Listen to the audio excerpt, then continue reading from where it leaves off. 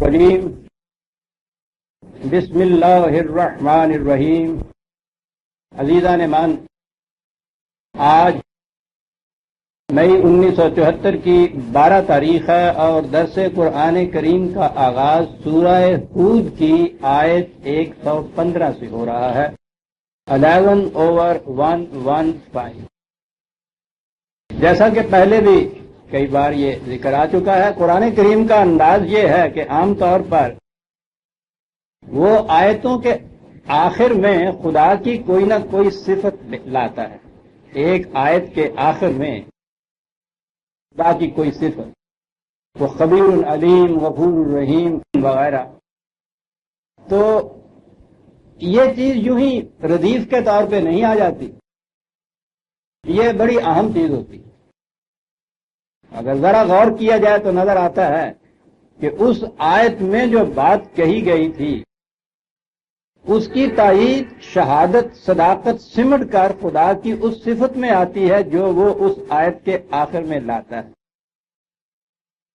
اور اسی طرح جب وہ کسی سورت کے آخر میں پہنچتا ہے تو اس کی آخری آیات میں وہ جو کچھ کہنا چاہتا ہے اس کی تفصیل، اس کے شواہد، اس کے دلائل وہ تو لیے چلا آ رہا ہوتا ہے، اور اس کی تعلیم کا ملخص پھر وہ اس سورت کی آخری آیات میں بیان کرتا ہے۔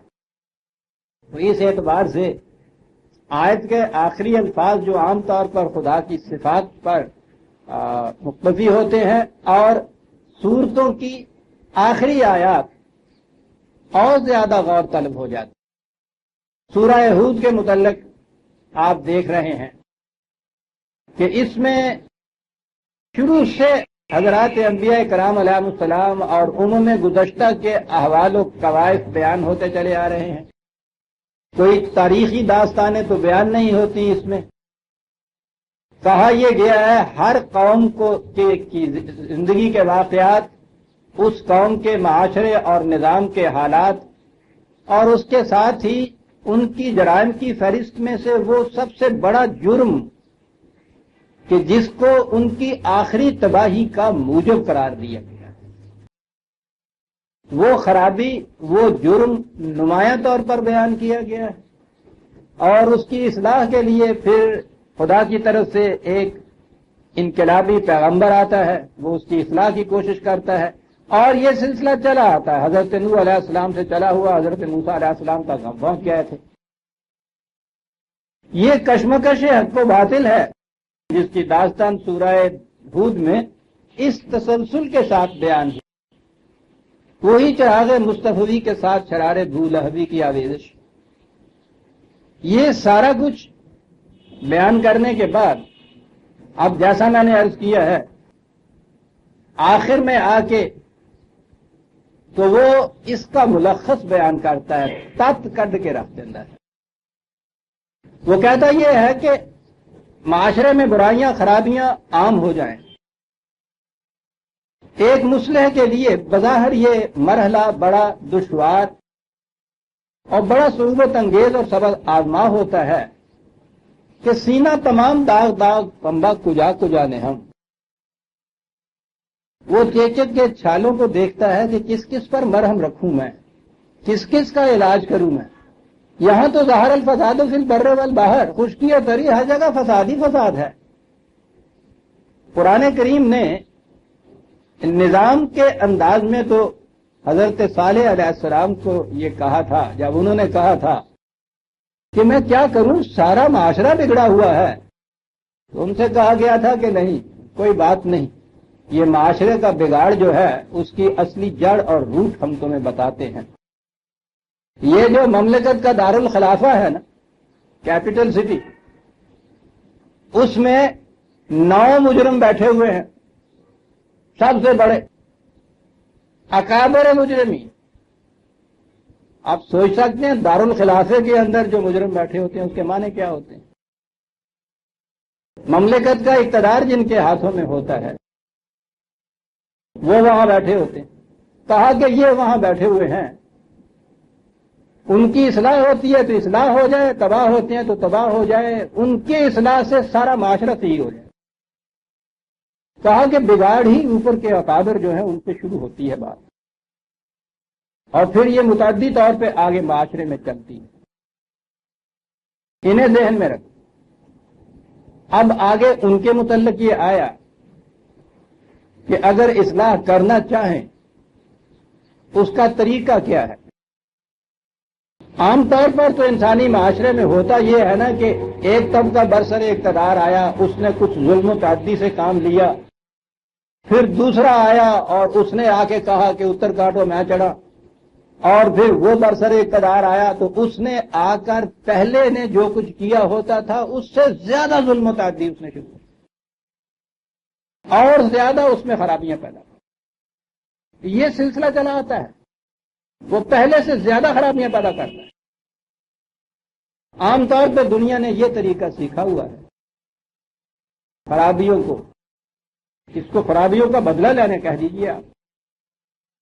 قرآن کریم ایک اصول دیتا ہے اور اصول وہ اتنا اہم ہے، اگلے لفظ جو آپ سنیں گے تو اس سے اس کی اہمیت آپ کے سامنے آ جائے گی کہ ایک ابدی حقیقت ہے جسے وہ بیان کر گیا ہے۔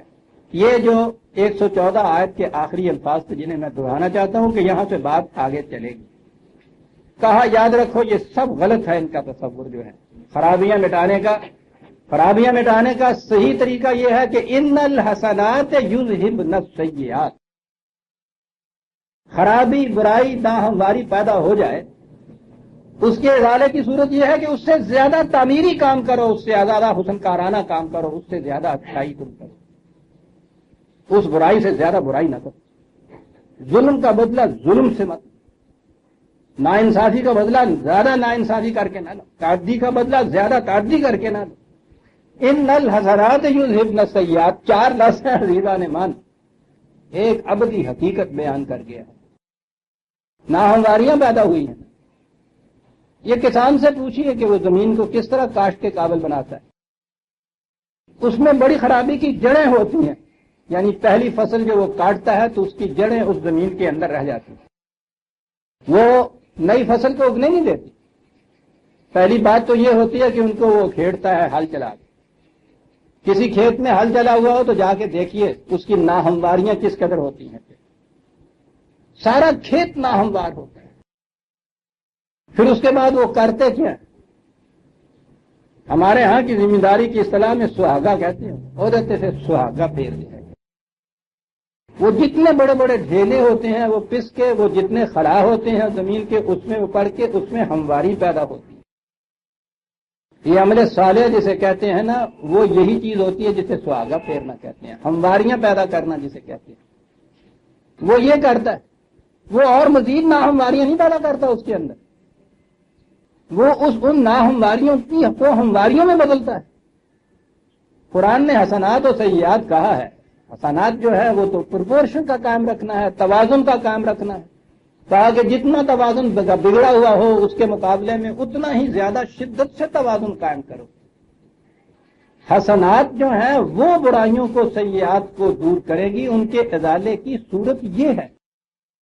اور زیادہ خرابیاں اور زیادہ ظلم و تعدی اور بے انصافیاں اور ظلم، یہ نہیں، اس سے نہیں معاشرے کی اصلاح ہو سکے گی، برائیاں اس سے دور نہیں ہو سکیں گی، اور زیادہ پھیلتی چلی جائے گی، اور یہ سلسلہ تو لامتناہی ہوگا۔ پھر ایک کے بعد دوسرا آیا، اس نے اس سے زیادہ وہ کچھ کر کے دکھایا، اور اس کے بعد پھر یہ چیز کہ جی ہاں یہ تھے ایسے نا، ان کا علاج ہی یہی تھا۔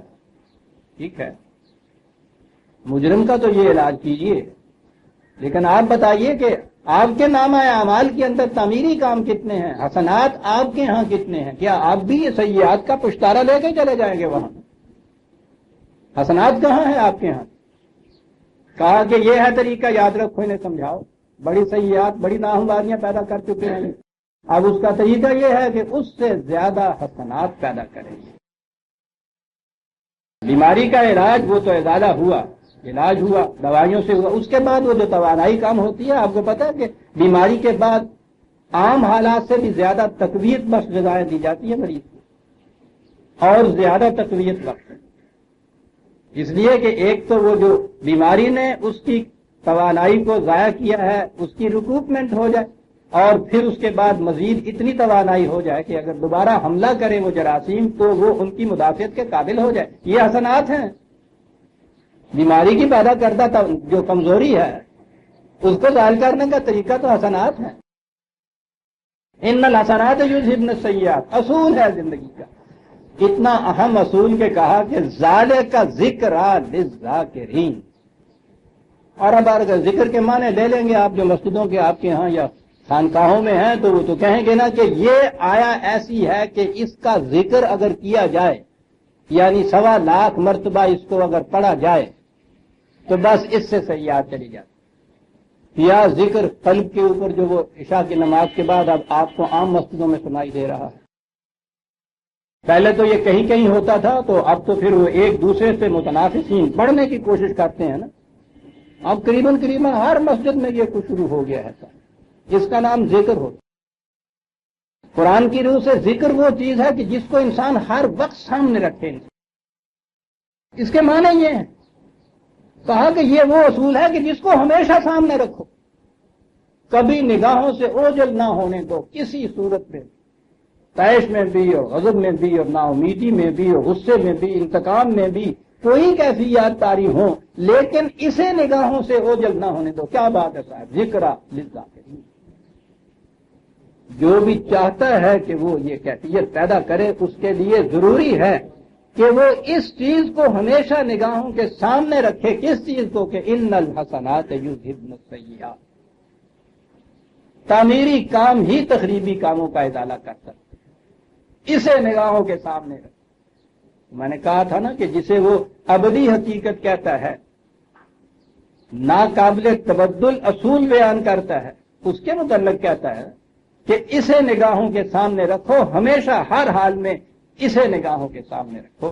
یہ ایک ایسی شے ہے نگاہوں کے سامنے رکھنے کی کہ جو چاہتا ہے کہ میری نگاہوں کے سامنے کوئی ایسی بات رہے کہ میں اسے دیکھتا رہوں، مرکوز توجہ وہ بنے اور میں بے راہ نہ ہوں، تو اسے چاہیے کہ اسے سامنے رکھے اپنی نگاہوں کے سامنے. آپ نے دیکھا کہ سورت کے آخر میں باتیں کیا ہو گئی. اب نبی اکرم صلی اللہ علیہ وسلم نے بتایا تھا کہ حضور کی ایک حدیث ہے کہ جس میں آپ نے فرمایا تھا کہ سورہ ہود نے مجھے بوڑھا کر دیا ہے. آپ سوچئے تو صحیح کہ جس سورت کے تقاضے حضور نبی اکرم صلی اللہ علیہ وسلم کو بھی بوڑھا کر دیں، کیا کیفیت اس کی ہوگی. بات یہ کہانیاں نہیں بیان کی گئی تھی. جیسا میں نے کہا تھا اس دن بھی آپ کو، یہ شام کو وہ نانی اماں بچوں کو سلانے کے لیے وہ باتیں نہیں بنا رہی. یہ سامری کی داستانیں نہیں ہیں. سامری کہتے واعظ کو، یہ تو زندگی کی ابدی حقائق ہیں.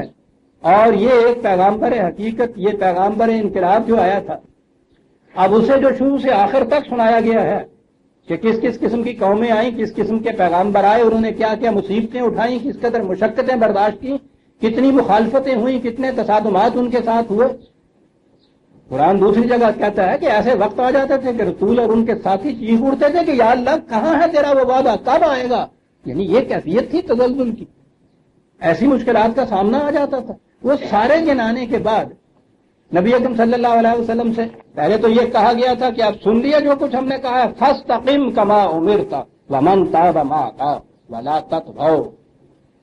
جو کچھ ہم نے تمہیں کہا ہے تم اور تمہارے ساتھی. اللہ اکبر، یہ ساتھیوں کا مرتبہ کتنا بڑا تھا.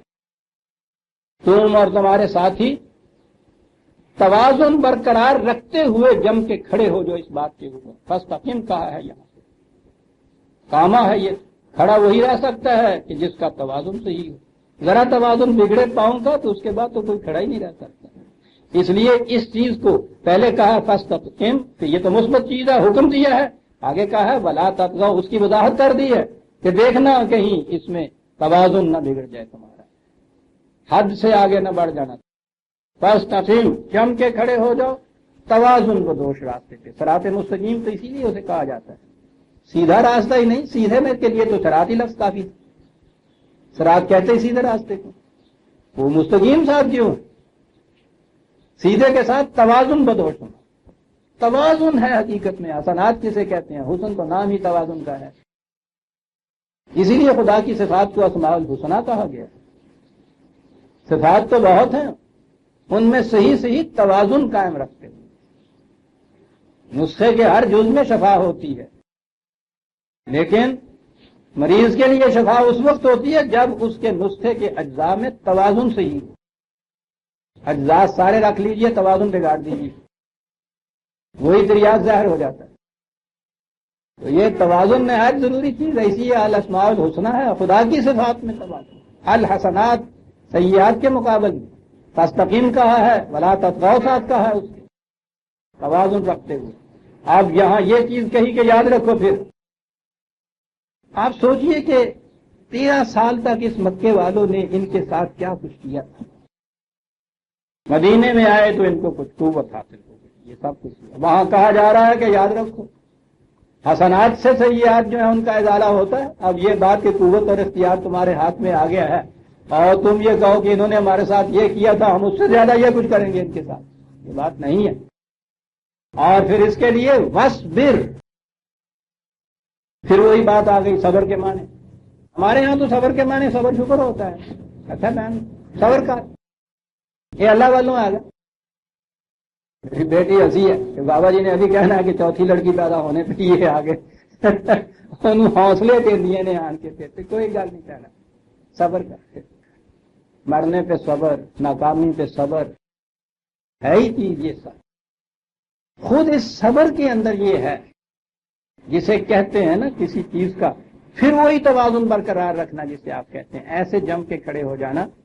میں نے بتایا تھا کہ عرب کشتیاں چلاتے تھے تو کشتیاں اس زمانے کی اتنی پرفیکٹ تو نہیں ہوتی تھی ہمارے جہازوں کی طرح. بادبانوں سے چلاتے تھے، دریاؤں میں سمندروں میں جاتے تھے تو گیانی آتی تھی، تلاتم آتے تھے تو کشتیاں ڈولنے لگتی تھی. پھر وہی طرح تو اس کے لیے ایک طریقہ یہ ہوتا تھا کہ ایک طرف اگر سواریوں کی کمی کی وجہ سے وزن کم ہو گیا ہے تو ایک بہت بڑا پتھر وہ ساتھ رکھتے تھے. وہ جدھر وزن کم ہوتا تھا ادھر وہ پتھر رکھ دیتے تھے تاکہ اس کا وزن توازن صحیح قائم رہے کشتی کا اور صحیح چلتی رہے. کشتی تو ہم نے نہیں دیکھی اور اب تو اگلی پوش نے شاید تانگے بھی نہیں دیکھے، ورنہ ہمارے ہاں جو وہ پرانے لاہوری فیشن کے تانگے ہوتے تھے نا، وہ پچھلی 2 سواریاں جو تھیں ان سے پوچھیے کہ وہ کیسے سفر کاٹتی تھی وہ. تو اس میں بھی یہ ہوتا تھا کہ پھر وہ پاس آ جاتا تانگا جڑا تو انہوں نے بھی ایک پتھر رکھا ہوا ہوتا تھا تو وہ کبھی پتھر کو آگے کبھی پتھر کو پیچھے وہ اس سے رکھتے تھے. یہ جو تھا نا کہ عدم توازن سے ڈولنے لگ جائے کوئی چیز تو اس کو جو برقرار رکھا جاتا تھا اس کو صبورا یا وہ صبر کہتے. صبر اس پتھر کا نام کہ جو ذریعہ ایسا جس سے لغزش نہ آنے پائے، لغزش آنے کو روکنے والی چیز جو ہے وہ ہوتا تھا صبر. کیا بات ہے سر. کہا وصبر، یاد رکھ چلنا ہے چلتے جاؤ. راستے میں نامواریاں آئیں گی، لغزشوں کے مقامات آئیں گے، لڑکنے کی صورتیں پیدا ہوگی، لیکن اس قدر آگے لفظ آتا ہے تثبیت قلب، دل میں اتنا ثبات ہونا چاہیے کہ وہ صبورے کا کام دے دے تمہیں. بس اب یہ بات کہ منزل اتنی لمبی، وہی جو وہ کہتا ہے کہ کون جیتا ہے تیری زلف کے سر ہونے تک. بڑی صبر آزما یہ چیز ہوتی ہے. اب میں یہ صبر کا لفظ اپنے زبان کے اعتبار سے بول رہا ہوں تو صبر آزما ہمت طلب ہوتی ہے. یہ بات وہ چیز کہ جس نے نہیں، غالب نے اگلے شعر میں جو کہا ہے عاشقی صبر طلب اور تمنا بیتاب. آہا سکھ تھا یہ شخص. یہ بیتابی تمنا جو ہے یہ بھی ایک خواہش ہوتی ہے انسان کی فطری. ساری عمر محنت کرتا چلا جائے اور اس کے بعد یہ ایک معصوم کی خواہش دل میں پیدا ہوتی ہے کہ یا اللہ میری ساری عمر اسی تب و تاز میں گزر جائے گی یا میں اپنی آنکھوں سے بھی اس کامرانی اور کامیابی کو دیکھ سکوں گا جس کے لیے یہ سب کچھ کیا جا رہا ہے. بڑا ہمت طلب مرحلہ ہوتا ہے. مخالفت تصادم ہی تصادم. وہ منزل سامنے نہیں آتی، وہ پگ کے چھیتی سامنے نہیں آتی، چلا جا رہا اور روز یہ کہا جا رہا کہ چل اٹھ کھیت کی طرف. چل پھر وہی کلہاڑی دے، پھر وہی رسہ دے، سارا دن کام کر، شام کو خالی ہاتھ واپس آ جا، دوسرے دن پھر جا۔ یہ تھی وہ چیز جو سورہ رات میں آئی ہے۔ نبی اکرم صلی اللہ علیہ وسلم نے پھر اپنی زندگی کے غالباً آخری ایام میں یہ ایک معصوم سی ایک آرزو تھی جو دعا بن کے لب پہ آئی کہ یا اللہ میری زندگی اسی طرح گزر جائے گی یا میں اپنی آنکھوں کے سامنے بھی اس عروس حقیقت کو دیکھ لوں گا جس کے لیے ساری زندگی 23 سال مشقتوں میں گزر گئی۔ میری زندگی کے سامنے کبھی آ حقیقت منتظر نظر آلے باس نظر۔ کتنی معصوم تھی تمنا، یہ کتنی حسین تھی یہ آرزو۔ حقیقت یہ ہے کہ ہمارے بھی جی میں یہ آتا ہے کہ بس میں ہوتا تو اللہ میاں سے کہتے کہ ہاں مان لیجئے، لیکن وہ تو خدا ہے، خدا ہو ہی وہ سکتا ہے جو قانون پہ چلنے والا ہو، جس میں جذبات ہوں۔ جواب دیا گیا کہ انکا علیک البلاغ و علینا الحساب۔ یہ کوئی بات نہیں ہے کہ اس کے نتائج تمہاری زندگی میں سامنے آئیں یا بعد میں سامنے آئیں۔ کھیتی نے اپنے وقت پہ پکنا ہے، موت نے اپنے فائدے کے مطابق آ جانا ہے۔ تمہارا کام اسے پہنچاتے چلے جانا ہے۔ یہ حساب ہمارے ذمے ہے کہ یہ کھیتی کب پک کے دانے گھر آئیں، کوئی اتنی بھی رعایت نہیں بنتی ہے۔ تو آپ نے دیکھا کہ یہ وصبر کتنی بڑی چیز۔ یہ وصبر جو ہے، روز وہ رسی لے کے اور ایک کدال لے کے اس کسان کا روز کھیت میں چلے جانا، روز محنت مشقت کر کے خالی ہاتھوں واپس آ جانا، کون سی چیز ہے جو اس پہ اسے آمادہ کرتی ہے؟ یہ ایمان کے فَإِنَّ اللَّهَ لَا يَضِيعُ أَجْرَ الْمُحْسِنِينَ، یہ ایمان کے خدا محسنین کی محنت کو ضائع نہیں کیا کرتا۔ یہ پھر دیکھا آپ نے کس کی محنت کو ضائع نہیں کرتا، پھر محسنین آیا، وہی حسنات والے سر۔ ان الحسنات یذہبن السیئات، اور یہ جو صاحب حسنات ہیں ان کو محسنین کہا گیا۔ ہمارے ہاں تو محسن اور احسان اور یہ تو پھر پوچھو ہی نہیں نا، کہاں چلی جاتی ہیں باتیں۔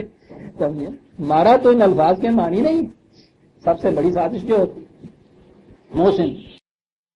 لا یضیع اجر المحسنین، حسنات کی روح سے جو سیئات کو دور کرنے کی کوششیں کرتے ہیں، ہم ان کی محنت کو ضائع نہیں کیا کرتے۔ یہ ہے وہ ایمان کسان کا جو ہر روز اسے آمادہ کر دیتا باہر جانے کو، کہ اگ کے رہے گی یہ کھیتی، پک کے رہے گی یہ کھیتی، آئیں گے دانے میرے گھر میں 6 مہینے کے بعد ہی کیوں نہ آئے ہے، اس لیے کہ ان اللہ لا یضیع اجر المحسنین۔ یہ جو کہہ دیا کرتے ہیں نا کہ ہاں ہاں ہم نے سب نیکی کر کے بھی دیکھ لی اور دیانت کر کے بھی دیکھ لی، اور اس کے باوجود دیکھیے کہ یہ ناکامی اور یہ چیز ہے، غور کر کے دیکھنا چاہیے کہ محسنین کے صف میں بھی آپ آتے تھے، توازن بھی صحیح تھا اس کے اندر جو آپ کر رہے تھے، صبر بھی تھا، استقامت بھی تھی۔ پہلی چیز فاستقم ہے، استقامت تھی، پھر انڈیورنس اتنی تھی کہ کوئی نتیجہ سامنے نہ آئے اور اس کے باوجود تم ہمت ہار کے نہ بیٹھ جاؤ، ہر روز پھر کسان کی طرح جاؤ اسی کھیت کی طرف، کیا یہ سارا کچھ آپ نے۔ پھر اس میں توازن کو برقرار رکھا کہ جب پانی دینا تھا پانی دیا ہے، جب خشک کرنا تھا خشک کیا ہے اس کو، جب گدائی کرنی تھی وہ کچھ کیا، یہ کچھ کیا ہوا ہے، یہ کچھ کیا ہوا ہے۔ تو پھر یاد رکھو ان اللہ لا یضیع اجر المحسنین، یہ ایمان ہے عزیزان من جو آمادہ کرتا ہے انسان کو کہ زندگی بھر صعوبات کو برداشت کرتا رہے، لیکن پاؤں میں لغزش نہ آنے دے، نہ ہی مایوس ہو کے بنا۔ بات چلی آ رہی تھی کہ ایک قوم میں بگاڑ پیدا ہوا، اس کی طرف سے ایک پیغامبر انقلاب آیا، قوم کے ایک حصے نے اس سے سرکشی برتی، تباہ ہو گئی اپنے جرائم کے بدلے میں۔ ایک حصہ وہ بھی تو تھا کہ جو ان کے ساتھ آیا، جو ایمان لے آیا، جس نے اصلاح اپنے اندر پیدا کی۔ دوسرا نبی جب آتا ہے تو وہ نظر آتا ہے کہ ساری قوم ہی بگڑی ہوئی تھی۔ سوال یہ پیدا ہوا کہ یہ جو اس پہلے نبی کے ہاتھوں سنورے ہوئے تھے انہیں کیا ہو گیا؟ یہ بڑی اہم بات ہے۔ کہا ہو یہ گیا ان کو کہ کچھ عرصے کے بعد فلاولا کان من القرون من قبلکم اولو بقیۃ ینہون عن الفساد فی الارض الا قلیلا ممن انجینا منہم۔ کہا ہوا یہ کہ جنہیں ہم نے تباہی سے بچا لیا تھا ان انبیاء کے ساتھ، وہ ایک نئی امت بن گئی تھی۔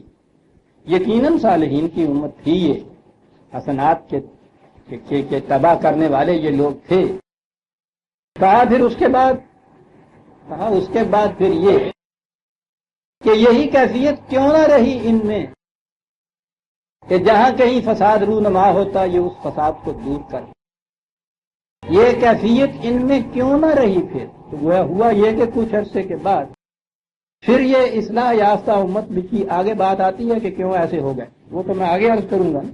ابھی وہ یہ کہتا ہے کہ ان میں سے یہ لوگ بھی پھر کیوں نہ ایسے رہے، کیوں نہ انہوں نے یہ کہا ینہون عن الفساد، یہاں یہی نہیں کہا کہ یہ فساد سے رکتے، خود فساد سے رکتے نہیں، ینہون عن الفساد، دوسروں کو فساد کرنے سے روکا کیوں نہیں انہوں نے؟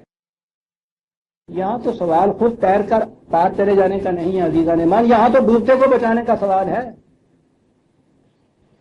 تنہون عن الفساد، اب یہاں سے وہ چیز آپ کے ہاں کے تصوف کی، رحبانیت کی، مستزم کی، رہبانیت کی ساری سامنے آ گئی، یا مذہب کی، مذہب کا فلسفہ اپنی ذاتی نجات ہے۔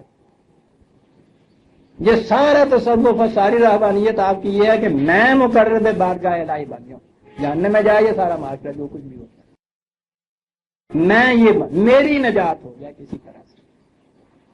تو یہاں یہ تو نہیں کہا کہ انہوں نے یہ نہیں کیا تھا کہ میری نجات نہ ہو جائے، وہ کہتا ہے کہ سوال یہ نہیں ہے، اس جماعت کے باقی رہنے کی جواز یہ ہے کہ یہ یہاں فساد پیدا نہ ہونے دیں، یہ اپنے اس فریضہ سے غافل ہو گئے، یہ کیوں نہ کیا انہوں نے؟ یہاں یہ لفظ آیا جی اولو بقیت، عجیب و غریب ٹرمز ہیں قرآن کی، پہلے بھی یہ لفظ آیا تھا اسی صورت میں، یہ جن کو اس کا ترجمہ کیا جاتا ہے کہ یہ نیک لوگ جو ہے، نیک اعمال والے لوگ، تو یہ نیکی اور بدی کے تو تصور ہی پھر اور کچھ ہو گئے ہیں نا، وہ بڑا نیک آدمی ہے، آپ سوچ لیجیے کیا اس کے معنی ہوتے ہیں، اور جب اس کو پرہیزگار کہہ دیا جائے، متقی کہہ دیا جائے تو پھر تو بیڑا ہی گرک ہوتا ہے، زندگی کی کوئی توانائی باقی نہیں رہتی۔ اولو بقیتن کہا ہے قرآن نے۔ میں نے اس دن بتایا تھا کہ یہ فنا اور بقا، ہمارے ہاں تو لفظ فنا استعمال ہوتا ہے معدوم ہو جانے کو، ایکسٹنگوش ہو جانے کو، ختم ہو جانے کو، جو رہے ہی نہ، اور بقا اس کو کہتے ہیں وہ جو ہمیشہ رہے۔ عربی زبان میں یہ ان معنوں میں نہیں آتا، اگرچہ آخر میں معاصر یہی ہو جاتا ہے۔ فنا جو چیز ہر آن بدلتی رہے، تغیر پذیر چیز جو ہے اس کو فنا کہتے ہیں عربی، تغیر۔ بقا کہتے ہیں عدم تغیر کو، جس میں تغیر واقع نہ۔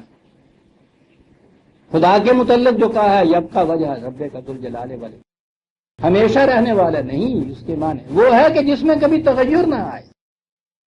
اور یہ چیزیں جو مادی چیزیں جتنی بھی دنیا کی، یہ ساری طبعی چیزیں فزیکل جن کو آپ کہتے ہیں، یہ نہیں کہ یہ ایک دن ختم ہو جائیں گی اس لیے ان کو فانی کہا جاتا ہے۔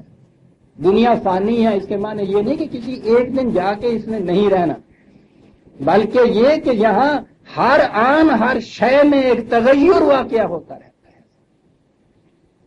انسان کی زندگی کے تغیر کو تو پوچھو نہیں، یہ اناٹمی والے، یہ ڈاکٹروں سے پوچھو، وہ کہتے ہیں ہر سانس میں لاکھوں کروڑوں کی تعداد میں اس کے جسم کے یہ سیلز مرتے رہتے ہیں اور ان کی جگہ نئے سیلز جو ہیں وہ پیدا ہوتے رہتے ہیں۔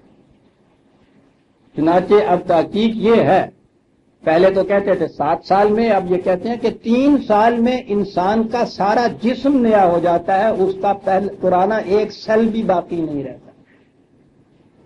یعنی جسے آپ پرویز صاحب کہتے ہیں، یہ اگر نام ہے اس کے طبی جسم کا، تو 3 سال پہلے والا تو ہے نہیں آج۔ اور اگر آپ اس سے آپ کہیں کہ صاحب دیکھیے آپ نے مجھ سے قرضہ لیا تھا اور اس کے دینے کا یہ وعدہ کیا تھا، وہ پوچھے گا جی کب کی بات ہے؟ نہیں کب کی بات ہے، تاریخ لکھی ہوئی ہے 5 سال کی۔ اس نے کہا جی وہ 5 سال والا جو تھا نا جی وہ تو مدت ہوئی ختم ہو گیا، ڈاکٹر صاحب سے پوچھ لیجیے گا، اس کا بھی ایک ذرہ بھی باقی نہیں۔ مانگتے کس سے ہیں؟ ہے نہیں۔ اور اس پہ بھی وہی حال، ہر چند کہے کہ ہے نہیں ہے، تبھی جسم کی تو کیفیت یہ ہے، اور ہر وہ شے جس کا تعلق طبی زندگی سے ہے اس کی بھی کیفیت یہ ہے، ہر آن تغیر ہے اس کے اندر۔ فانن تو خود اس میں فاعل کا صیغہ ہے، جانتے ہیں عربی جاننے والے، جس میں تغیر آتے رہیں، ایک دن جا کے فانی نہیں ہے، ہر تغیر ہونے والا جس میں ہوتا چلا جا رہا ہے، تغیر ہوتا چلا جا رہا ہے، کوئی شے اس کے اندر اس میں بقا ہے نہیں کہ عدم تغیر ہو، بقا نہ ہو۔ لیکن اس کے باوجود جو آپ اپنے آپ کو میں کہتی ہیں کہ ہاں ٹھیک ہے بھائی میں نے یہ آپ سے وعدہ کیا تھا، 10 سال پہلے وعدہ کیا تھا میں نے، میرے جسم نے یہ وعدہ نہیں کیا تھا، میری زبان بھی جسم کا حصہ، اس نے وعدہ نہیں کیا تھا، وہ تو ان کی تحقیق کے مطابق کچھ ہے ہی نہیں اس میں۔ یہ کیا چیز ہے جسے آپ کہتے ہیں کہ آپ نے مجھ سے وعدہ کیا تھا؟ وہ آپ کیا ہے؟ جسم تو نہیں۔ اور آپ کہتے ہیں کہ ہاں میں نے یہ آپ سے کہا تھا، یہ میں کیا ہے؟ 2 سال کی آپ کی تصویر بچپن کی جو ہے جسے آپ کہتے ہیں کہ صاحب میری تصویر ہے، وہ 2 سال والا تو آپ اگر 60 سال کے ہیں تو 20 دفعہ ختم ہو چکا۔ یہ پھر یہ میں کیا ہے عزیزان ایمان، بات ساری اتنی ہے۔ قرآن کہتا یہ ہے کہ یہ تمہارے ہاں کا یہ مادی جسم، یہ طبی زندگی ہر آن تغیر پذیر ہے، اس کے اندر تو 1 سیکنڈ میں اتنا بڑا تغیر واقع ہوتا ہے، لیکن تمہارے اندر ایک چیز ایسی بھی ہے کہ جو تغیر لا آشنا ہے۔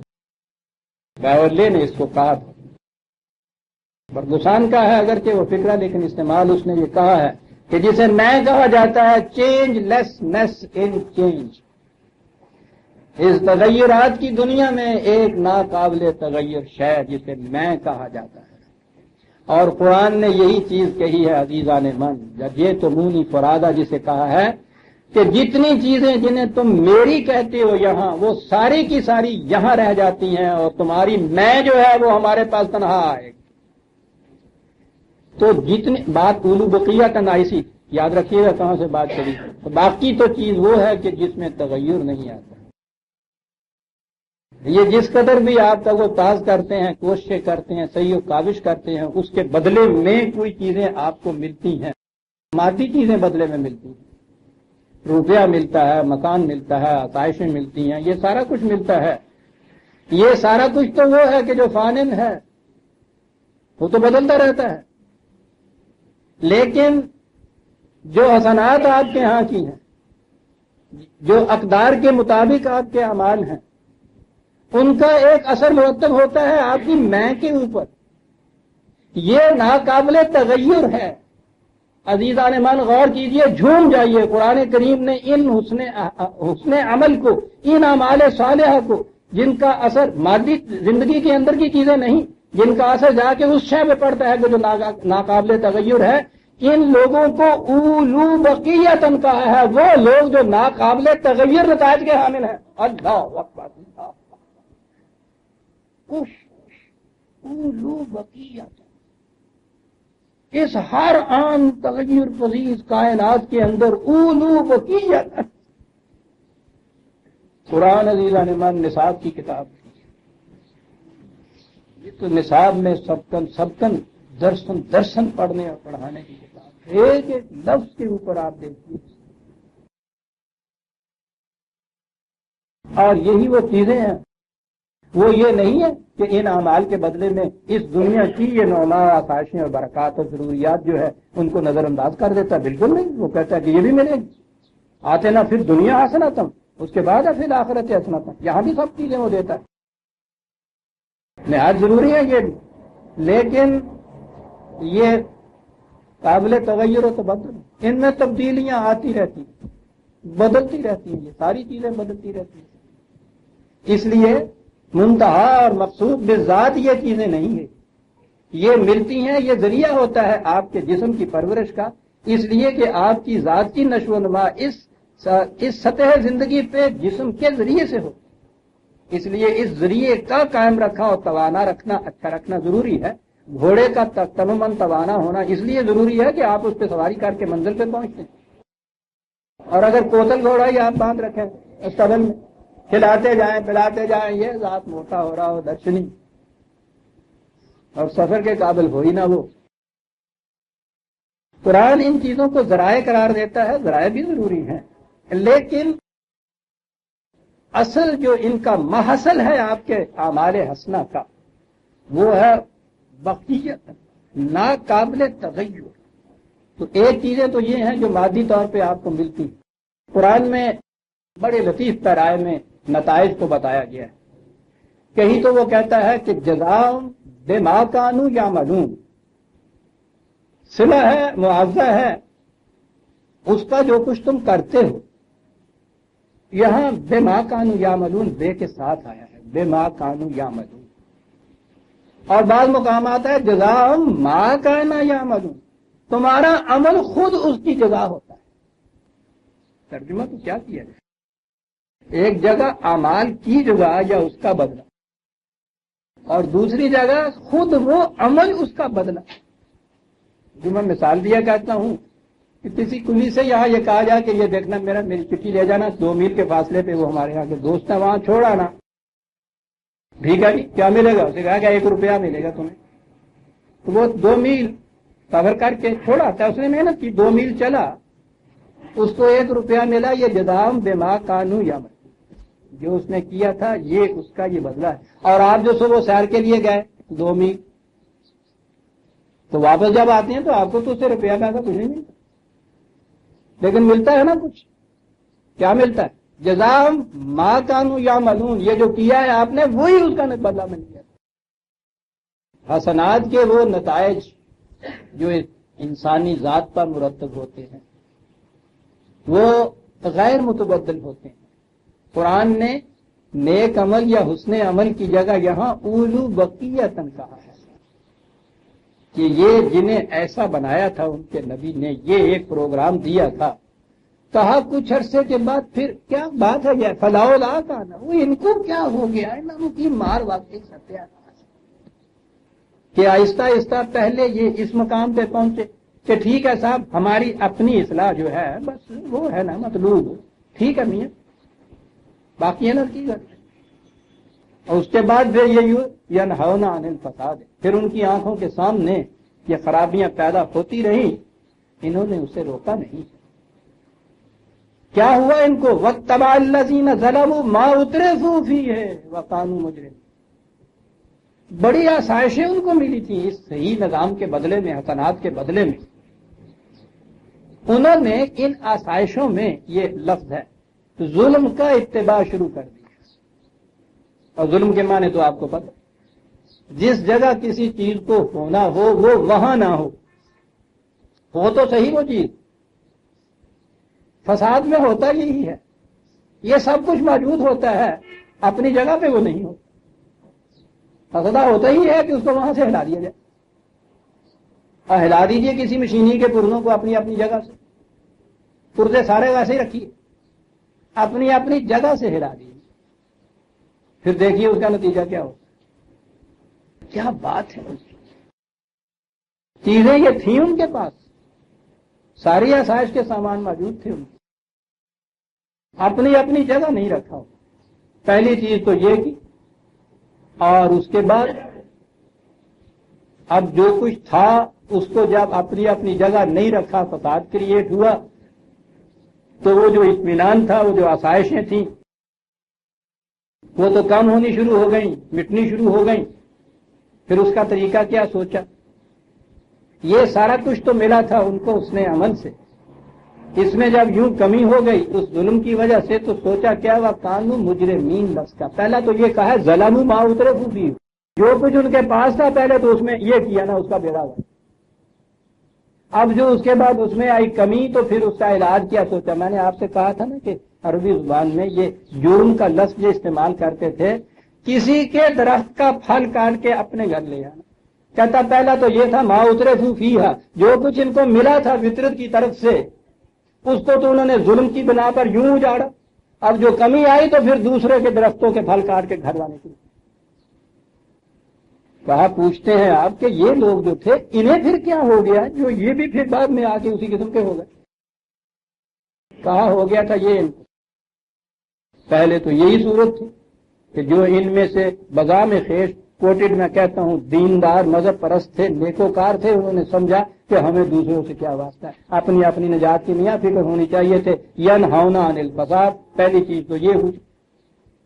پھر آگے یہ جو صاحب وہ آسائش تھے، ظلم جن کے پاس یہ فراوانیوں سے یہ تمام چیزیں تھیں، انہوں نے ظلم برتنا شروع کیا، کوئی چیز اپنی جگہ پہ رکھی رہنے نہیں دی، انہوں نے یہ کچھ کیا۔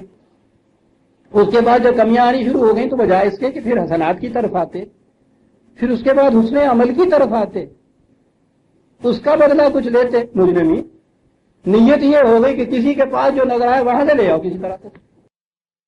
کہا اس کے بعد یہ ہوا، اور یہ کہنے کے بعد عزیزان من کیا بات ہے، کہا یہ باتیں تو تم سنتے ہو، فلاں قوم تباہ ہو گئی، فلاں بستی گئی ہے، برباد کر دی گئی، وہاں ہوا ہی، تم یہ سوچتے نہیں ہو کہ یہ ہوا کیوں؟ ذہنوں میں یہی آتا ہے کہ صاحب وہ قادر مطلق کا خدا جس کو جی چاہے جو کر دے، ککھوں لاکھ کر دے، لکھوں کاک کر دے، تباہی بھی ہو دے آتے، ذلت بھی ہو دے آتے، عزت بھی ہو دے آتے، یہ عزت مندشاب عزت مندشاب پڑھنا شروع کر دیا۔ کہا سن رکھو، وما كان ربك ليهلك القرى بظلم واهلها مصلحون، کبھی ایسا نہیں ہوا نہ کبھی ایسا ہوگا کہ کسی بستی کے رہنے والے کوئی قوم جو ہو ان میں ہمواریاں پیدا ہوئی ہوئی ہوں، اصلاح والی صورت ہو اور خدا محض ظلم و تعدی سے اس کو ہلاک کر دے، کبھی ایسا نہیں ہوگا۔ ہم نے داستانیں بیان کی ہیں ان قوموں کی تباہیوں کی، بربادیوں کی، ممکن ہے ذہن میں یہ بات تمہارے آ جائے، کیوں صاحب وہ مالک الملک ہے، قادر مطلق ہے، جو جی میں آئے چاہے کیسا ہے، ہم کیا بندہ وہاں دم مار نہیں سکتا، کہنے لگا یہ باتیں نہ ذہن میں تمہارے کہیں آ جائیں کہ ہم یوں ہی اٹھ کے قوموں کو ہلاک کر دیا کرتے ہیں اور یوں ہی ہم ان کو عزتیں دے دیا کرتے ہیں، بابا کبھی نہیں۔ بما كان ربك ليهلك القرى بظلم واهلها مصلحون، اگر وہ معاشرہ اس نے عمل پہ رہتا ہے، اس میں صالحیت ہوتی ہے، ہم کبھی اس کو تباہ نہیں کرتے، یہ تو ظلم ہوگا اس معاشرے کو تباہ کر دیا جائے، ہم کبھی ایسا نہیں کرتے۔ اب آگے بات یہ رہی صاحب، پھر یہ بات تو ہم نے سمجھ لی کہ صاحب ظلم سے نہیں تباہ کیا کرتے۔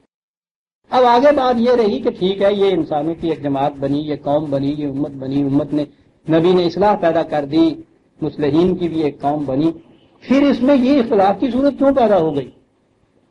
یہ کیوں ہوا؟ خدا نے اگر یہ کیا تھا تو پھر ایسا کیوں نہ کر دیا کہ پھر یہ نیک ہی رہتے، پھر یہ کچھ نہ کرتے؟ یہ اگلا اعتراض، پہلا اعتراض کہ کیوں تباہ کیوں کر دی؟ کہا کہ سارے کبھی اختلاف نہیں کرتے، جیسا پتھر 50,000 سال پہلے تھا آج بھی دیکھو تو ویسا ہی ہے، جیسی بکری 2,000 سال قبل مسیح پیدا ہوتی تھی آج بھی ویسی ہی ہوتی ہے، شیر کی جو جبلت کروڑ سال پہلے تھی آج بھی وہی جبلت اس کی، ہر اس کا بچہ پیدا ہونے والا اسی قسم کا پیدا ہوتا ہے، ان میں اختلاف ہوتا ہی نہیں۔ اگر ہماری مزیت ہوتی تو کہتے ہیں کہ بتاؤ کیا مشکل تھی ہمارے لیے کہ ہم بھی انہیں جیسا پتھروں جیسا حیوانوں جیسا یہ پیدا کر دیتے، صاحب اختیار و ارادہ تو نہ رہ سکتے، ہم نے اسے صاحب اختیار و ارادہ بنایا ہے، اور جسے پھر اس کی نیکی حسن عمل اور کاریگری کہتے ہیں، وہ تو اسی لیے ہے کہ یہ اپنے اختیار و ارادے سے ایسا کرتا ہے۔ بکری اگر کسی کو کاٹ کے نہیں کھاتی تو یہ اس کی نیکی نہیں ہے، جیسے اگر شیر کسی کو پھاڑ کے کھا جاتا ہے تو وہ اس کا جرم اور ظلم نہیں ہے۔ مجبور کی تو نہ نیکی نیکی ہوتی ہے نہ اس کا جرم جرم ہوتا ہے۔ کہا فرمائیے صاحب اعتراض تو آپ نے کر دیا، کیا خیال ہے حضور کا؟ چاہتے ہیں ایسا بنا دیا جائے کہ اپنی مرضی سے کچھ کر ہی نہ سکو؟ کوئی شخص بھی دنیا میں تیار ہے اس کے لیے؟ اعتراض تو کر دیتے ہیں کہ صاحب ایسا کیوں نہ کر دیا، کہتے ہیں کر سکتے تھے ہم، کیا خیال ہے آپ؟ کوئی بھی اس کے لیے تیار نہیں کہتا ہم کر سکتے تھے ایسا، تو کوئی بھی اختلاف نہیں کرتا۔ ہم نے صاحب اختیار و ارادہ بنایا ہے، لذتیں اور لطف زندگی کا اسی کے اندر، ایسی بے قید زندگی ہے جس میں اختیار و ارادہ ہی نہ ہوتا ہے انسان کا۔ تو بس اب باقی بات رہی کہ صاحب پھر یہ اختلاف والی بات جو ہے پھر اس مٹنے کی کیا صورت ہے؟ وہ کہتا ہے وہ ٹھیک ہے، الا من رحم ربک، جہاں ہم نے یہ چیز بتائی تھی کہ بھیڑ کے کاٹنے سے درد ہوتا ہے، ورم ہوتا ہے، ٹوٹ بھی جاتا ہے، ٹھیک ہے، تم صرف ایک بھیڑ کو لیتے ہو، تمہیں پتہ نہیں کہ کائنات کے پورے نقشے میں اس کے فائدے کتنے ہیں، لیکن بہرحال تمہیں یہ اتنا نقصان پہنچاتی ہے، یہ ہوتا ہے، ہم نے اس کے ساتھ ہی ایک بوٹی پیدا کر دی ہے کہ اس کا پتہ لے کے اس پہ مل دیا جائے تو اسے آرام ہو جاتا ہے. اسے رحمت کہتے ہیں. کہتا ہے جہاں یہ صاحب اختیار و ارادہ پیدا کیا کہ یہ اختلاف بھی کر سکتا ہے، ظلم بھی کر سکتا ہے، جرم بھی کر سکتا ہے، اس کے ساتھ ہی ہم نے اس قسم کا ضابطہ قانون بھی دیا کہ اگر اس کی اطاعت کرتا رہے، اس کے مطابق چلتا رہے، اس کی محکومیت کرتا رہے تو پھر یہ اختلاف پیدا ہی نہیں کیا. الا من رحم ربک. یہ جتنی چیزیں خدا نے اس اختلاف کو مٹانے کے لیے بطور رحمت خداوندی دی تھی، اور اس کی رحمت تو تمام اشیاء کو محیط ہے، کوئی شے بھی اس سے باہر نہیں ہے. کسی قسم کا کوئی جرم، کوئی ظلم، کوئی خرابی، کوئی کمی واقع ہو جائے، اس کے ازالے کے لیے اس قرآن کے اندر نسخہ موجود ہے. کہتا وہ اگر ہم نے کیا تھا تو یہ بھی ساتھ کیا ہم نے. اور آگے وَلِذَالِكَ کا خلق، پیدا اس لیے ایسا کیا تھا. اب یہ ذالک کا یہ ہے، ایسا پیدا کیا، صاحب اختیار و ارادہ پیدا کیا. اس میں یہ چیز بھی تھی کہ یہ حسنات کی طرف بھی آ سکتا ہے اور اپنی تباہیوں کے سامان بھی پیدا کر سکتا ہے. تباہیوں سے کا علاج جو تھا وہ بھی ساتھ ہی ہم نے پیدا کر دی کہ اگر ایسا ہو جائے تو پھر یہ علاج کر لیا کرو اگر تم بیمار ہو جاؤ تو. ہم نے اس طرح اس کو پیدا کیا، مجبور نہیں پیدا کیا کہ اس کے مجبور کے کسی عمل میں کوئی لذت ہی نہیں ہوتی، کوئی کشش نہیں، اس کی نہ نیکی ہوتی ہے، نہ گناہ ہوتا ہے. صاحب اختیار پیدا کیا تو اس میں امکان تھا کہ یہ خرابیاں اپنے لیے پیدا کرے گا. خرابیوں کے ازالے کے لیے ساتھ ہی ہم نے وہ دوا دے دی، وہ قانون دے دیا، وہ شفا کا نسخہ دے دیا کہ اس کو استعمال کرے گا، اختلاف جو ہے پیدا ہی نہیں ہوں گے، پیدا ہوں گے تو وہ مٹ جائیں گے. کہتا ہے یوں پیدا کیا ہم نے اس. آپ کو معلوم ہے یہی آیتیں جو ہیں پھر کیا ان کے ترجمے اور کیا مفہوم ہو جاتے ہیں ہمارے یہاں پر. ان سے کہا جائے کہ صاحب یہ دیکھیے اتنی فرقہ بندی، یہ 72 فرقے آپ نے بنا رکھے ہیں قدم قدم کے اوپر. قرآن تو ان کو بنص صریح شرک قرار دے دیتا ہے، فرقہ بندی کو شرک قرار دیتا ہے، اختلاف کو خدا کا عذاب قرار دیتا ہے. قرآن میں یہ بار بار یہ چیزیں آئی. تو یہ پھر کیوں ہے یہ سارا کچھ؟ یہ ہوا ہم تھوڑا یہ کرتے ہیں وَلَا شَاءَ رَبُّكَ لَجَعَلَ النَّاسَ أُمَّةً وَاحِدَةً وَلَا يَزَالُونَ مُخْتَلِفِينَ. کہ خدا خود کہتا ہے ہم چاہتے تو ایسا پیدا کرتے کہ اختلاف پیدا ہی نہ کرتے، اختلاف تو یہ کرتے رہیں گے. اور اس کے بعد وَلِذَالِكَ کا خلقہ ہم نے پیدا ان کو اس کے لیے کیا کہ اختلاف کرتے رہے. وہی الفاظ ہیں، پیدا اس لیے کیے، ٹکرا مارو ایک دوسرے. اب اختلاف نہ کرنا جو ہے یہ خدا کا جو منشا تھا خلقت آدمی کا، اس کے خلاف چلا جائے. وہ کہتا ہم نے تو پیدا ہی نہیں کیا. ارے پھر بھائی کوئی شکل، یہ تو بڑی اللہ مار رہا ہے نا ربو کا صاحب، یہ میرے تمہارے بس کی بات یہ تھوڑی ہے. اللہ جس پہ رحم کرے سر دعا کہ کرو کہ اللہ رحم کرے سر. برداشت نہیں ہو سکتی ان لوگوں سے یہ چیز. میں کبھی ذاتیات میں نہیں آیا کرتا، آپ نے دیکھا ہے کہ سن نہیں سکتا. اللہ مر رہے ہیں رب، وہی آیت ہے وَلِذَالِكَ کا خلق. یوں ہو رہا ہے ہمارے ساتھ. کہا کہ یہ ہے انداز اس کی تخلیق کے آدم کی، صاحب اختیار و ارادہ ہے، امت واحدہ. ہم نے خود اس کو جامد نہیں پیدا کیا کہ اختیار سلب کر دیا جائے. اس کا نتیجہ یقیناً یہ ہے کہ اختلاف بھی کریں. اختلاف کے مٹانے کے لیے ہم نے طریقہ بھی بتایا ہے کہ ہماری رحمت لکھی ہوئی ہے، اس کے مطابق یہ کریں. کس مقصد کے لیے ان کو پیدا کیا؟ اختیار و ارادہ تمہیں اگر اختلاف کی طرف، ظلم کی طرف لے بھی جائے، یہ ایک چیز ہے، اس کے اوپر اگر آؤ، اس کی اگر تم اطاعت کرتے رہو تو اس کے بعد یہ چیز کبھی پیدا نہیں ہوگی، نہ اختلاف پیدا ہوگا نہ فساد پیدا ہوگا. اور یہ ساری چیزیں تمہارے اختیار و ارادے کے ساتھ ہوں گی. یہ جو ہے وَلِذَالِكَ کا خلقہ ہوں، یہ نہیں کہ اختلاف کے لیے پیدا کیا. اس کا علاج یہ ہے وہ جو دوسری جگہ آتا ہے اور اس کا بھی مفہوم عجیب و غریب پیدا کر دیا. وَمَا خَلَقْتُ الْجِنَّ وَالْإِنسَ إِلَّا لِيَعْبُدُونِ 51/56 51/56 مشہور ہے. ہم نے جنوں ان کو پیدا اس لیے کیا ہے کہ وہ ہماری عبادت کرے. پیدا اس لیے کیا، یہ ہم آیت بتائی جاتی ہے کہ وہ پیدا اس لیے کیا ہے. تو اب جنوں کو بھی انسانوں کو بھی وہ ہماری عبادت کرتے رہیں، وہ عبادت کرتے رہے. بڑا عابد ہے، بڑا عبادت گزار ہے، اب وہ تو سمٹ کے نماز تک آ جاتی ہے. پھر کہا گیا کہ صاحب یہ تو آپ کہتے ہیں کہ وہ تو پیدا اس لیے کیا کہ وہ عبادت کرتے رہے. صبح کی نماز پڑھی، پھر ظہر کی نماز، درمیان میں اتنا عرصہ جو گیپ آ گیا، تو اس میں تو وہ عبادت نہیں کرتے. اور اگر عبادت ہی کرتے رہے تو پھر یہ اور کاروبار کس طرح سے ہو؟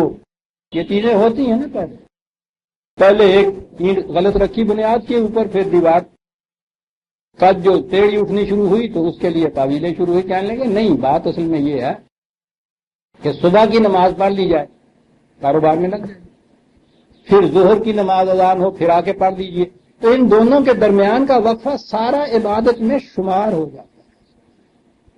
یوں وہ جو کہا گیا کہ پیدا اس لیے کیا گیا تھا کہ ہماری عبادت کرو، اس طرح سے وہ سارا وقت جو ہے شمار کیا جاتا ہے کہ صاحب وہ تو عشاء کے بعد تو پھر سو ہی جاتا ہے۔ کہنے لگے نمازی کی نیند بھی اس کی نیکیوں میں شمار ہو جاتی، شمار کر کے 24 گھنٹے کہا اس نے یہ تھا، وہاں بھی یہ ذکر ہے، یاد آ گیا مجھے سامنے رکھنے، وذکر فإن الذکر تنفع المؤمنین، ان کے سامنے اس حقیقت کو رکھ، ان سے کہو کہ ہر وقت اس کو سامنے رکھو، بڑا فائدہ ہوگا اس کو جو اس کی صداقت پہ یقین رکھے۔ اس حقیقت کو سامنے رکھو کہ تمہاری پیدائش سے مقصد یہ تھا کہ تم ہمارے قوانین کی اطاعت کرو، کسی اور کے قوانین کی اطاعت نہ کرو۔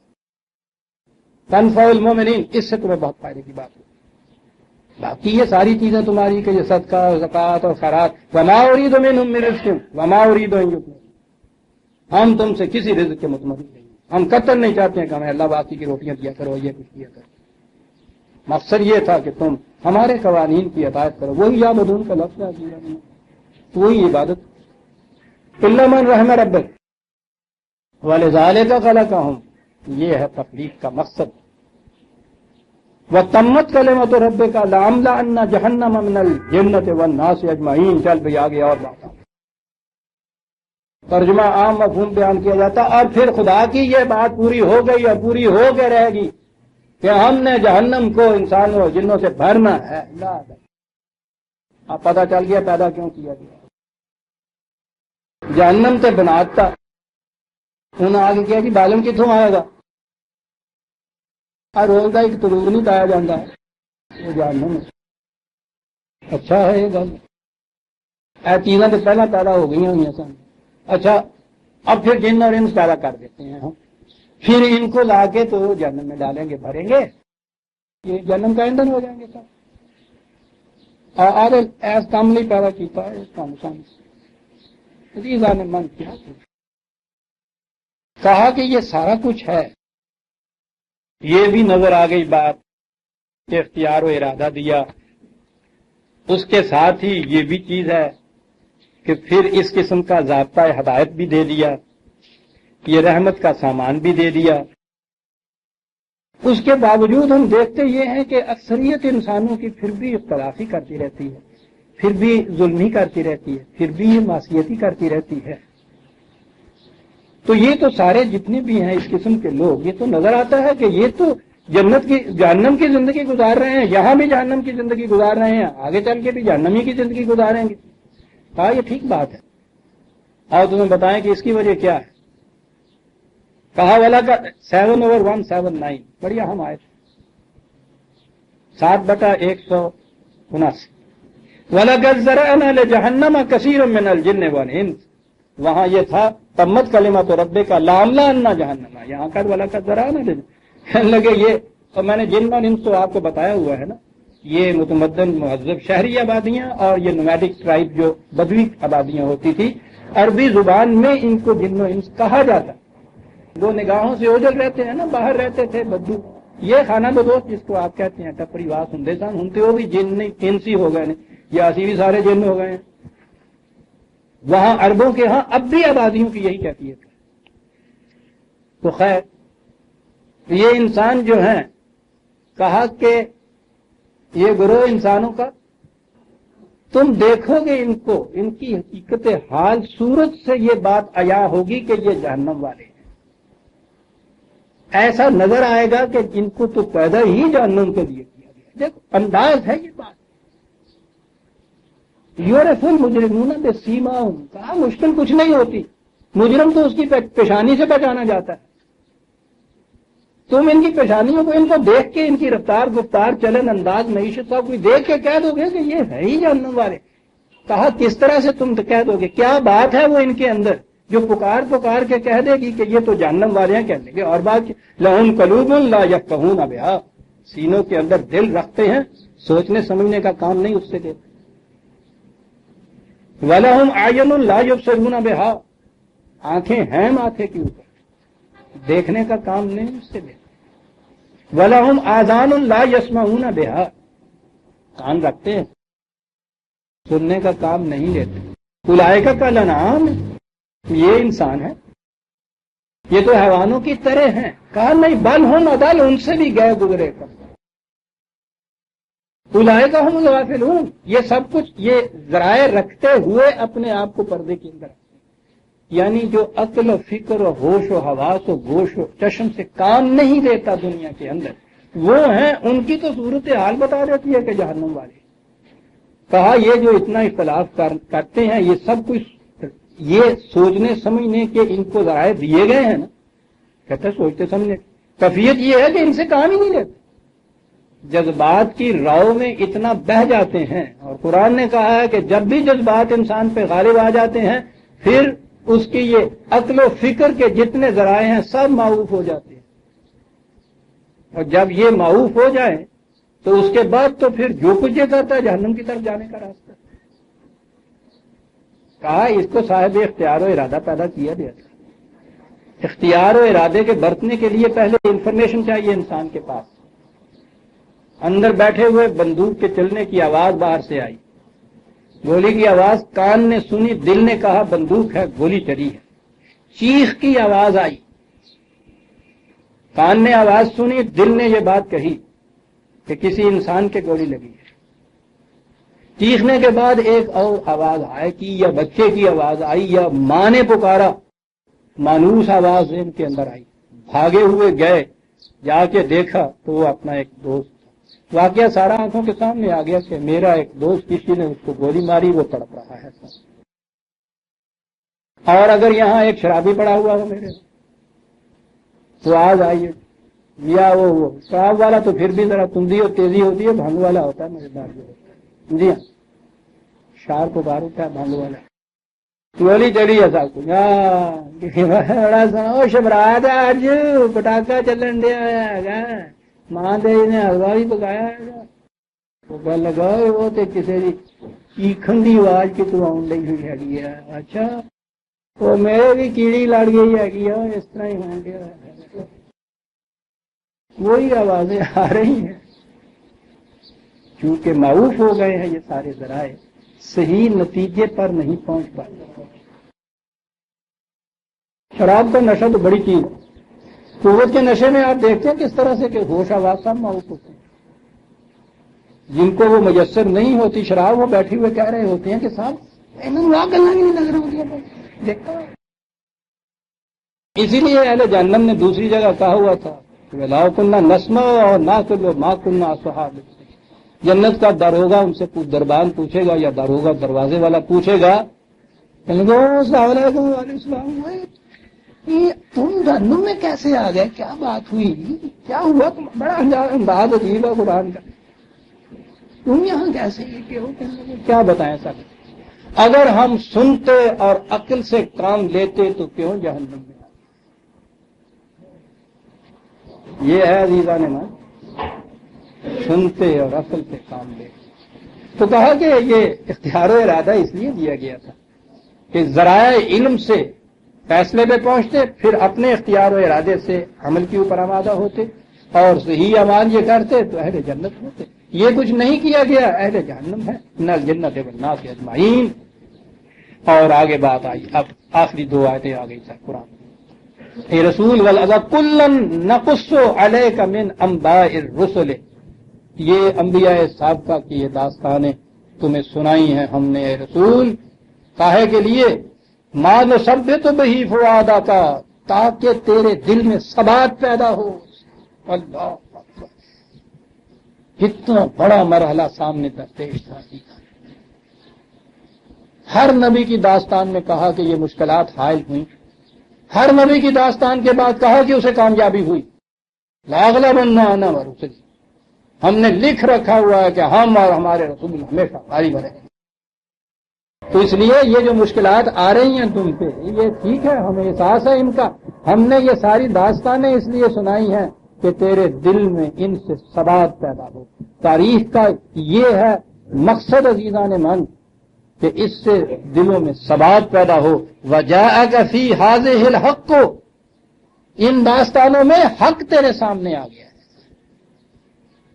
وموعظۃ، بچنے کی نصیحت کی چیزیں بڑی ہیں اس کے اندر، صحیح راستے پہ چلنے کی بڑی چیزیں ہیں. اور پھر وہی بات وذکریٰ، اور آنکھوں کے سامنے رکھنے کی چیز ہے. کن کے لیے؟ للمومنین، صرف ان کے لیے جو ان کی صداقتوں پر یقین رکھتے. ورنہ حفظ یاد تو کس کس کو نہیں. یہ قرآن عزیزان مان، یہ رسول کے متعلق ہوا، تیری ذات کے متعلق، لیکن یہ صرف تیری ذات کے لیے یہ بات نہیں ہے. وَقُلْ لِلَّذِينَ لَا يُؤْمِنُونَ، اب وہ لوگ رہ گئے کہ جو ان صداقتوں پہ ایمان نہیں لاتے، بظاہر پنپتے چلے جاتے، پھلتے پھولتے چلے جاتے. ادھر تم محنت اور مشقت میں زندگی بسر کر رہے ہو، کامیابیاں بظاہر نظر نہیں آتی. وہ لوگ روز تمہیں ٹھٹھول مارتے ہیں، کیا دیکھا کر کے، دیکھا اس کا نتیجہ. کہتا کل، ان سے کہہ دو اعملوا علی مکانتکم انا عاملون، تم اپنے پروگرام کے مطابق کرتے چلے جاؤ. یہ بددیانتیاں، بے ایمانیاں، یہ ظلم اور یہ جرم ٹھیک ہے، کرتے چلے جاؤ، میں نہیں دخل دیتا. انی عامل، مجھے میرے پروگرام کے اوپر عمل کرنے.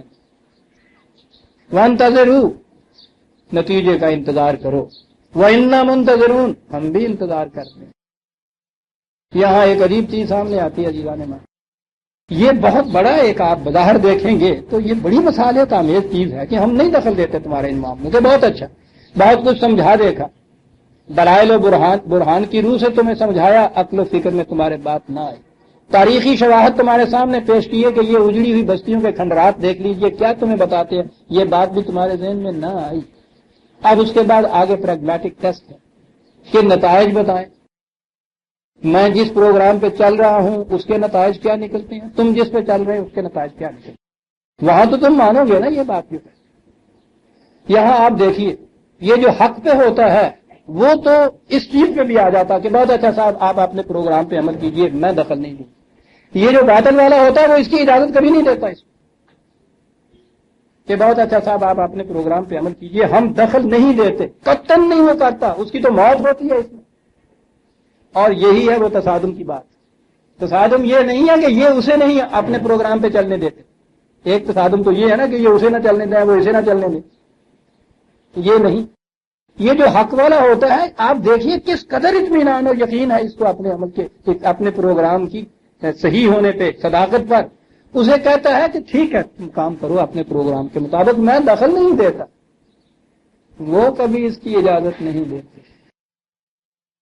اس معاشرے میں اس دکانداروں کے اندر کوئی دیانتدار ایماندار دکاندار بیٹھے صحیح وہاں دکان کرنے، اور وہ کہے ان سے کہ بابا میں تمہیں کچھ نہیں کہتا، تم جیسے جی چاہے بیچو چیز، مجھے اپنے اصول کے مطابق بیچنے دو، بیچنے دیں گے اس کو. یاد رکھیے غلط معاشرے کے اندر جو لوگ وہ ان کے ساتھ ہوتے ہیں ان کو تو چھوڑ دیجیے. جو شخص انڈیفرنٹ ہو جاتا ہے نا، وہ کے ساتھ مجھے میری نجات کی فکر ہے، کسی میں دخل نہیں دیتا، اس کے لیے بھی کوئی مشکل نہیں ہوتی. یہ اس سے کچھ نہیں کہتے. نمازیں پڑھو، روزے رکھو، حج پہ جاؤ، اور زیادہ انتظامات کرتے ہیں اس کے لیے تو کچھ نہیں. یہ انڈیفرنٹ ہوتے ہیں. جو شخص یہ کہنے کے لیے اٹھتا ہے نا کہ تم اس غلط نظام پہ چلتے ہو، میں صحیح دیانتداری کے نظام پہ چل کے تمہیں بتا دوں گا کہ اس کے نتائج کیا ہوتے ہیں، اسے اس کی اجازت نہیں دیتے. یہ ہے کشمکش. یہی نہیں، مختلف انبیاء کرام کے قصے میں یہ بات آئی ہے. وہ یہ کہتے تھے کہ تم اپنے طریقے پہ کام کرو، مجھے میرے طریقے پہ کام کرنا، نتائج خود بتا دیں گے. وہ کبھی اس کی اجازت نہیں دیتے. نتائج بتا دیں گے. کیسے نتائج ان کے یہ مرتب ہو جائیں گے؟ یہ تو کمزور ہیں، ناتواں ہیں، ان کے مقابلے میں اتنے زیادہ اسباب و وسائل بھی نہیں رکھتے. پھر یہ کہ وَلِلَّهِ غَيْبُ السَّمَاوَاتِ وَالْأَرْضِ وَإِلَيْهِ يُرْجَعُ الْأَمْرُ كُلُّهُ. یاد رکھو، یہ جو نتائج اس وقت تمہاری آنکھوں کے سامنے نہیں آ رہے، مشہود نہیں ہو رہے، یہ غیب پنہاں ہیں. ابھی وہ فصل جو تمہیں دکھائی نہیں دے رہی بیچ کے اندر پنہاں ہے. اور خدا کی نگاہوں کے سامنے ہے یہ بیج اور اس کے اندر کی مضمرات ساری کہ یہ کیا کیا پیدا کر سکتا ہے، تمہیں ابھی نظر نہیں آتی، کوئی بات نہیں ہے۔ الہ یرجع امر کلہ، نتائج تو اس کے قانون کے مطابق نکلتے ہیں۔ ٹھیک، انہیں اس میں انزل بونے دیجئے، تم انگور کا دانہ بولو، بظاہر شکل و شبات شاید ایک جیسی نظر آ جائے، یہ نظر نہ آئے دونوں بیجوں کے اندر کیا ہے، ہمیں پتا ہے کیا ہے۔ ان بیجوں کے نتائج اور ان کے پھل ہمارے قانون کے مطابق مرتب ہونے ہیں، بونے والے کے قانون کے مطابق نہیں ہو۔ وہاں یہ بے بس ہے ہمارے قانون، اس لیے تم دھڑلے سے کہہ دو کہ میری اس بیل میں تو انگور لگیں گے، تم جو کچھ بول رہے ہو ببول ہے، کانٹے ہوں گے اس کے اندر، اس لیے کہ یہ سب کچھ یہ یرجع الامر کلہ، ہر عمل کا نتیجہ ہمارے قانون کے مطابق یرجع، جس کو رجوع کرنا کہتے ہیں۔ تو وہ جو آپ کے ہاں چل انا للہ و انا الیہ راجعون، ایسی عظیم انقلابی آیت ہے صاحب، پتہ وہ کہاں آئی ہے وہ آیت؟ سورہ بقرہ کی غالباً 155 156۔ جی ہاں، وہ کہ جو ہماری راہ میں جو جان دینے والے ہیں انہیں مردہ کہو بھی نہیں، انہیں مردہ سمجھو بھی نہیں، زندہ تو وہ ہیں، تم نہیں جو اپنی لاشوں کو کندھوں پہ لیے پھرتے ہو، زندہ اپنے آپ کو سمجھتے ہو۔ تو یہ وہ لوگ ہیں، وَلَنَبْلُوَنَّكُمْ بِشَيْءٍ مِّنَ الْخَوْفِ وَالْجُوعِ وَنَقْصٍ مِّنَ الْأَمْوَالِ وَالْأَنفُسِ وَالثَّمَرَاتِ۔ ان تصادمات کے اندر ایسے مواقع آئیں گے تمہیں ہر قسم کے نقصان اٹھانے ہوں، مال کا نقصان، کھیتیوں کا نقصان، کاروبار کا نقصان، جانوں کا نقصان۔ وَبَشِّرِ الصَّابِرِينَ، ان حالات کے اندر وہ کہ جن کے پاؤں میں لغزش نہ آئے ان کو خوشگوار نتائج کی خوشخبری دے دو۔ الذین، دیکھا آپ نے کون لوگ جم کے کھڑے ہوں جو ان مصائب کا مقابلہ کرنے کے لیے کھڑے ہوں، بشارت دے دو ان کو۔ الذین اذا اصابتہم مصیبت، وہ لوگ کہ جب بھی بڑی سے بڑا واقعہ، بڑی سے بڑی مصیبت بھی ان کے سامنے آئے، مصیبت سامنے آئے تو وہ کیا کہتے ہیں، ان کا رد عمل کیا ہوتا ہے؟ یہ ہوتا ہے کہ یہ تو بہت بڑی مصیبت ہے، اور اس کے بعد بھاگ جاتے ہیں وہ اس راستے کو چھوڑ کے کہیں اور پناہ لیتے ہیں۔ بڑے سے بڑی مخالفین کا ہجوم ان کے سامنے آئے اور وہ ان سے یہ کہتے ہیں، قالو، وہ جواب دیتے ہیں، کیا کہتے ہو تم کہ تمہاری اس مخالفت سے، تصادم سے، تمہاری ان مشکلات سے ہم کہیں دوسری طرف رخ موڑ لیں گے اپنا؟ کبھی نہیں۔ انا للہ، ہم نے اپنے آپ کو وقف کر دیا ہوا ہے اس کے پروگرام کے لیے۔ انا الیہ راجعون، ہمارا ہر قدم اس کی طرف اٹھے گا، کر لو کیا کرتے ہو۔ اولئک علیہم صلوات من ربہم، یہ ہیں وہ لوگ کہ جن پر خدا اور اس کے فرشتے درود و سلام بھیجتے ہیں۔ اولئک ھم المہتدون، دیکھنا چاہتے ہو کہ سیدھے راستے پہ کون ہے؟ یہ لوگ ہیں سیدھے راستے پہ۔ دیکھا آپ نے، انا للہ و انا الیہ راجعون کہاں جا رہا ہے؟ بڑھتا ہے اور ذوق کے گناہ یا سزا کے بعد آؤ، کیا کس قدر محاکاتی انداز میں بات کی گئی ہے۔ یورش کر کے وہ آ رہے ہیں، کسی طرح سے یہ اپنا راستہ چھوڑ دیں، کوئی قدم ڈگمگ آ جائے وہ آ رہے ہیں۔ یہ سامنے سے کہہ رہے ہیں، پیارے تو نہیں کہوں گا، باہر وہ کہا اس نے یہی اپنے انداز میں، ادھر آ پیارے، ہنر آزمائے تو تیر آزما ہم جگر آزمائے، کر لو کیا کرتے ہو۔ تم چاہتے یہ ہو کہ ان یورشوں سے ہمارا پاؤں دوسری طرف پڑ جاتے ہیں، یہ راستہ چھوڑ دیں، رخ بدل دیں۔ انا للہ، پہلی چیز اعلان یہ ہے ہم اس کے ہیں، ہمارا پوچھنا کیا۔ دل ہر قطرہ ہے ساز انل بہر، بات یہ کہہ جاتا ہے، جو قطرہ یہ کہہ دے کہ میں تو باہر کا ہوں، باہر ہوں، ہر قطرے کا دل جو ہے وہ ایک سمندر کا ساز ہو جاتا ہے۔ ہم اس کے ہیں، ہمارا پوچھنا کیا۔ وہ ان کو کہتے ہیں مقابلے میں، ان للہ، ہم اس کے ہیں، ان الیہ راجعون، لو چلے ہم اس کی طرف، کرو کیا کر دیتے ہیں۔ اولئک علیہم صلوات من ربہم، یہاں یہ کہا ہے وَإِلَيْهِ يُرْجَعُ الْأَمْرُ كُلُّهُ، نتائج اس کے مطابق۔ اور آگے آخری الفاظ آ رہے ہیں عزیزان من سورت کے، دیکھیے کیا احکام ہے، فاعبد ہو، بس صرف اس کی محکومیت اختیار کرو۔ اس میں بڑی مشکلات سامنے آئیں گی، بڑے تصادمات ہوں گے۔ توکل علیہ، بھروسہ رکھو کہ یہ رسی کبھی دغا نہیں مجھے دے گی، یہ بیچ میں نہیں ٹوٹ جائے گی۔ یہ وہ چھتری ہے جہاز سے کودنے والے کی، کس بھروسے پہ وہ جہاز سے کود جاتا ہے عزیزان من، 10,000 فٹ کی بلندی سے چھلانگ لگا کے، اس کے بھروسے کسے عربی میں توکل کہتے ہیں، بھروسہ رکھو اس کے اوپر۔ وما ربک بغافل عما تعملون، یہ بھی ہو سکتا ہے تم کہو کہ ہاں صاحب قانون بھی صحیح ہے، اس کے نتائج بھی صحیح ہوں گے، پتہ نہیں کہ وہ جس نے نتیجہ مرتب کرنا ہے اس کو یہ معلوم بھی ہے یا نہیں، ہم نے مانا کہ تغافل نہ کرو گے، لیکن تو غاق ہو جائیں گے ہم تم کو خبر ہونے تک۔ وہ کہتا ہے ہم خبیر ہیں، ہمارے ہاں یہ بات نہیں ہے کہ ہم کو خبر ہونے تک تم راک ہو جاؤ، ہمیں معلوم ہے کہ تم کیا کرتے ہو اور یہ کیا کرتے ہیں۔ قانون اتنا محکم، قانون کے نتائج پیدا کرنے والا وہ کہ جسے نیند تو ایک طرف اونگ بھی نہ آئے، ہر ایک کے عمل پہ نگاہ رکھنے والا، تو پھر نتیجہ مرتب کیوں نہ ہو۔ اس لیے کہا کہ رسول یہ ہے وہ پروگرام جس پہ چل نکلو۔